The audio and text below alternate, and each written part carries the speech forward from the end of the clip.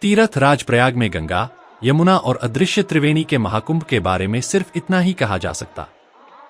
खुद में यह अद्भुत, अविस्मरणीय और अकल्पनीय है। यहां सिर्फ दो नदियों का पवित्र संगम ही नहीं, अध्यात्म और विज्ञान का भी संगम है।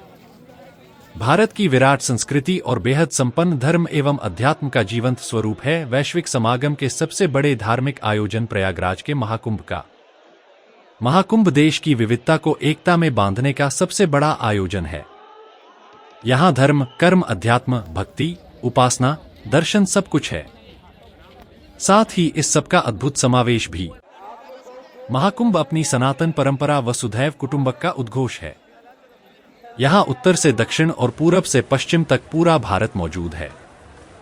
सिर्फ भारत ही क्या, संयुक्त राज्य अमेरिका, कनाडा, जर्मनी, रूस, Fiji, Mauritius, Trinidad, Tobago, Fiji, Finland, Guyana, Malaysia, Singapore, Iceland, Australia, France, Greece, Dubai सब कुछ है। इसके इसी विशालता के कारण 2017 यूनेस्को ने कुंभ मानवता के अमूर्त सांस्कृतिक विरासत का दर्जा दिया। यूनेस्को की मान्यता, योगी की ब्रांडिंग और कुंभ 2019 के सफल आयोजन से वैश्विक आकर्षण का और बड़ा केंद्र हो गया। उल्लेखनीय है कि 2017 में ही प्रदेश को योगी आदित्यनाथ के रूप में एक ऐसा मुख्यमंत्री मिला जो मूलतः सन्यासी है। वह गोरखपुर स्थित उत्तर भारत की प्रमुख पीठ गोरक्ष पीठ के पीठाधीश्वर हैं। स्वाभाविक है, धर्म, आध्यात्म और योग उनके रुचि के विषय हैं। इसकी वजह से उन्होंने 2019 के कुंभ के सफल आयोजन को मिशन बना लिया। आयोजन सफल भी रहा। अब जब 2025 में महाकुंभ का आयोजन चल रहा है, तब योगी और भी शिद्दत से इसके आयोजन में लगे हैं। उन्होंने कुंभ को तकनीक के इस युग में डिजिटल बनाने में कोई कोर कसर नहीं छोड़ी है। सुरक्षा और सफाई शुरू से उनकी प्रतिबद्धता रही है। वह इस आयोजन में भी दिख रही है।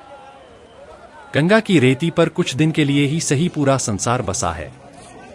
ऐसा संसार जिसमें सबके रहने और खाने का इंतजाम है। रात होते ही रेती पर जगमग तंबुओं के यह संसार झक रोशनी से और निखर जाता है। जगह धर्म, अध्यात्म और भक्ति की गंगा प्रवाहित होने लगती है। तड़के पवित्र संगम या मोक्षदायिनी, पापनाशिनी गंगा में डुबकी लगाने वाले हाथ जोड़े, श्रद्धा से सिर झुकाए धर्म और अध्यात्म के इस संगम में गोता लगाते हैं। अपलक आंखों से उनको देख किसी फिल्म का यह गीत बरबस याद जाता है, अभी न जाओ छोड़ के कि दिल अभी भरा नहीं। जन मन का यह आयोजन आपको भी बुला रहा है। जरूर जाइए। आप देखेंगे कि यहां किसी से भेद नहीं होता। यहां लोगों के ललाट पर लगे चंदन के बीच के टीकों को देखिए।